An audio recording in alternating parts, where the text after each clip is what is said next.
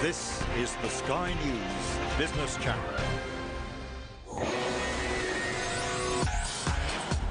Hello, I'm Helen Daly. Welcome to Business View, where we gather some of the best brains in business journalism and they give us their take on the week's top stories.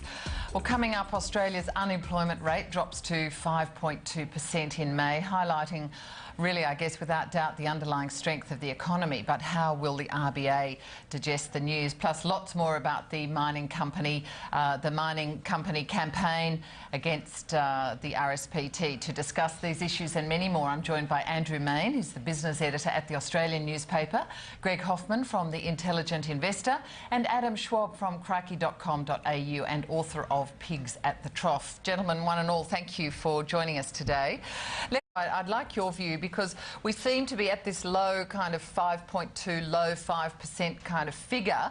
We seem to be at the point where, if we remember Peter Costello, former Treasurer, used to say this is pretty much full employment. You're right, Helen. It pretty much is. And as you said, it does raise the spectre of what the RBA will do. We've still got rates that, despite the 3-4 recent rate rises, they're still at historically low levels. And we've never had a property correction like virtually every other country has had. So it almost seems like we're in the eye of the storm, so to speak, and that we've got these fantastic unemployment figures. They're a brilliant set of numbers. And I think Victoria is up slightly, but the other states are all just firing on all cylinders. So it does raise substantial inflation risks, and we have been teetering towards the upper end of the RBA's preferred band of inflation. So it raises substantial risks of that. And then what will that do to the property market if rates rise again? Because it is a lagging indicator, lagging effect of rate rises. So we're still waiting to feel the effect of the rate rises that have happened. So do you think the RBA, how much will the RBA take this into account for next month? I mean, clearly this month they left rates on hold. What do you think they'll think about these sorts of figures?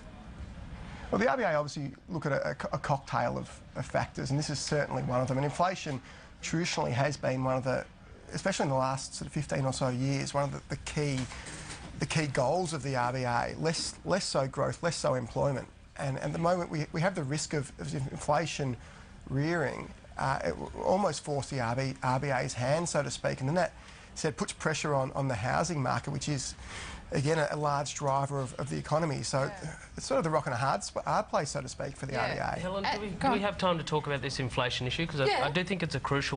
Wage rises in China. Now, this was fascinating to me. Terry Gu, and I hope I've pronounced that correctly, the Taiwanese multimillionaire, probably billionaire, who owns the manufacturing giant Foxconn, who makes iPads for Apple. Now, he's a giant technology group. He jumped in and he upped his factory workers' base salary by something like 122% in Shenzhen, which is a bit of a wage shock. Adam, did you have a look at this and think what that might do? Whether it does something to the Chinese economy, I mean, least of it would be, I guess, that it adds on to the cost of an iPad. And is that such a bad thing? Depends if you want to buy an iPad, but I think... Well, in terms of making those Chinese workers a bit better off than the very low wages they've had up to now. There's no doubt that China and China's low wages has been the engine room of the world's growth over the past 10 years. So if you're looking at the effect of that, it's probably a bad thing for world growth, but obviously a good thing for the highly underpaid Chinese workforce. But it does raise, I guess, the spectre. Have we finally reached the point where the Chinese workforce is starting to reach sort of capacity, so to speak, and that you haven't got the influx of workers coming from rural areas to the city areas? And if that is the case, it puts a huge dampener on Chinese growth, and that the only thing holding the world up, especially holding Australia up, is China. Europe's a basket case. The US is probably a basket case as well. It's been hidden by quantitative easing. So you've got the only engine room left, and their only ace up their sleeve, so to speak, is possibly coming to an end. That's a big jump from one company, obviously. That's a big call. But interestingly, Andrew, just on the back of the... Schwab, what's your view about this? I completely agree with everything Greg just said. The moral hazard in the United States at the moment is just appalling.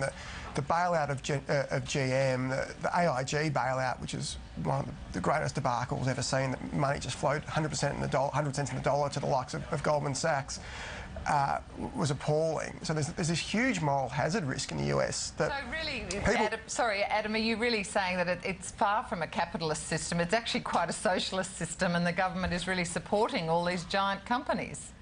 Very much so. It's become a capitalistic socialist system, and that you've got all these massive companies there that are being hand-fed by the taxpayer. And just touching on, I think Andrew made the point earlier, that unemployment figures that are supposedly slightly improving in the US, it's almost all census, which Andrew mentioned, but also the rest are public jobs as well. So you've got the US public sector growing at a massive rate, the private sector contracting.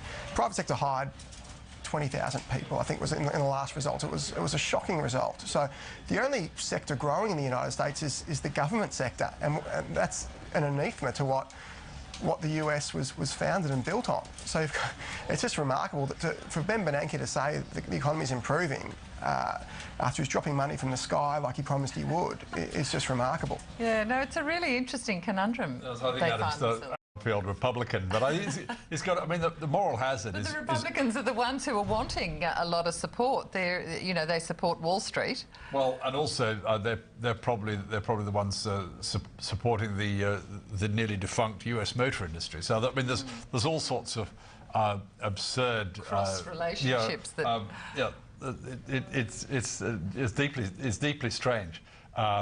How that's happening in the United States. So, I would tackle Adam briefly, if I may. Adam, just on AIG, I've just finished reading a book called Too Big to Fail, and of course AIG was clearly one of those corporates. They had done appalling things with credit default swaps. I think $400 billion of credit that they'd sold credit default swaps for that that were going to have to pay out infinitely more. I'd ask Adam, and I've still got my own curiosity here. Is Adam, if you were Hank Paulson, what would you have done when AIG comes to you cap in hand and says help?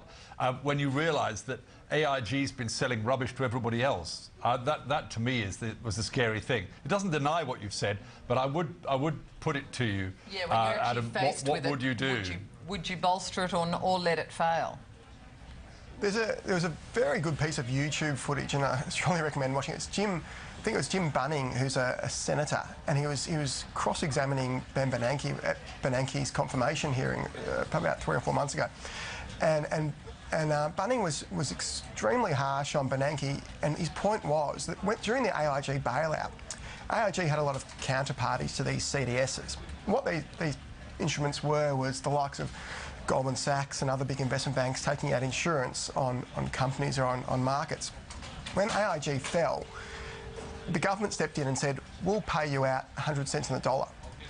Arguably, the government didn't need to do that. The government could have bargained, could have knocked them down. 75. Bernanke said, oh, we can't. But why couldn't they? The government didn't want to, and there was a whole conspiracy that there were regular contact between Goldman Sachs and the Treasury, between Tim Geithner, between Henry Paulson, of course, CEO of Goldman Sachs, didn't own any shares at that time. But $13 billion flowed to Goldman Sachs from the AIG bailout. They got 100 cents on the dollar. That was just an astonishing result. Nice work if you can get it, Adam? Exactly. Yeah, no, exactly. All right, let's just